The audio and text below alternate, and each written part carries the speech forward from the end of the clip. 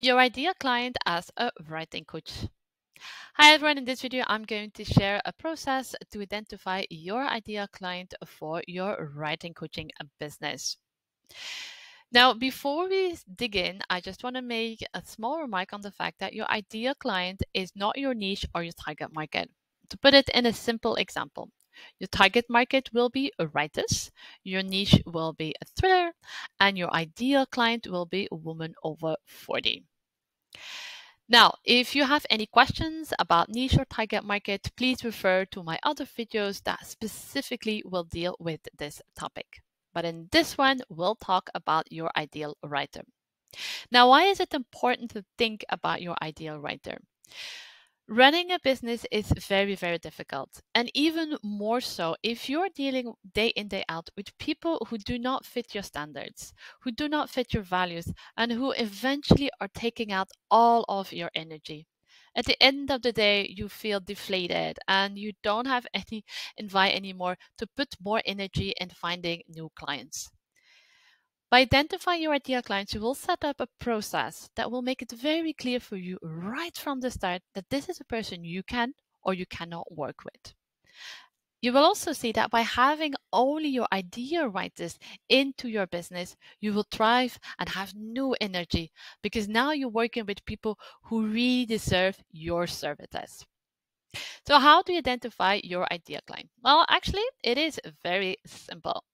Think about the people you love to spend time with on a day-to-day basis.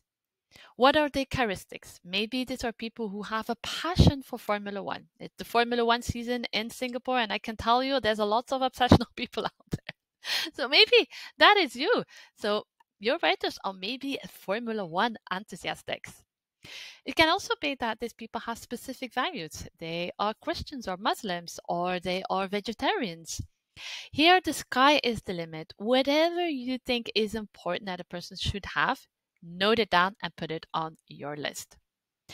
It can also be that you are looking for very ambitious people, or at the contrary, people who are more charitable. Finally, you're going to also think about things that you can absolutely not tolerate. A thing in my business, for example, I don't tolerate people who are racist or who have unrealistic expectations.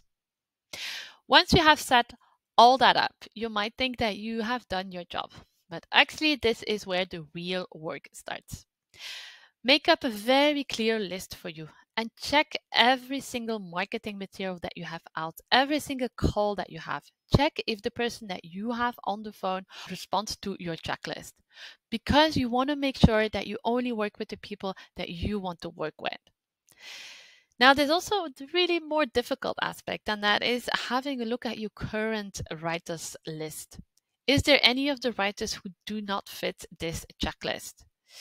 Have a look at those specific clients. If you think that something can be done, for example, someone has very unrealistic expectation, maybe you can have a discussion with that client and make it clear once and for all that maybe his or her expectations are too high.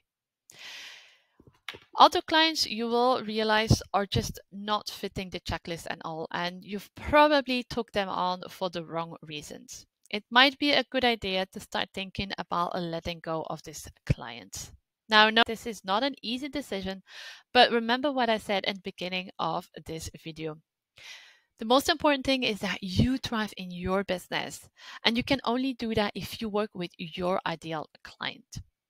Now, if you need some help in identifying your ideal client, feel free to join my free monthly business clinic. It takes place every last Tuesday of the month at GMT+8.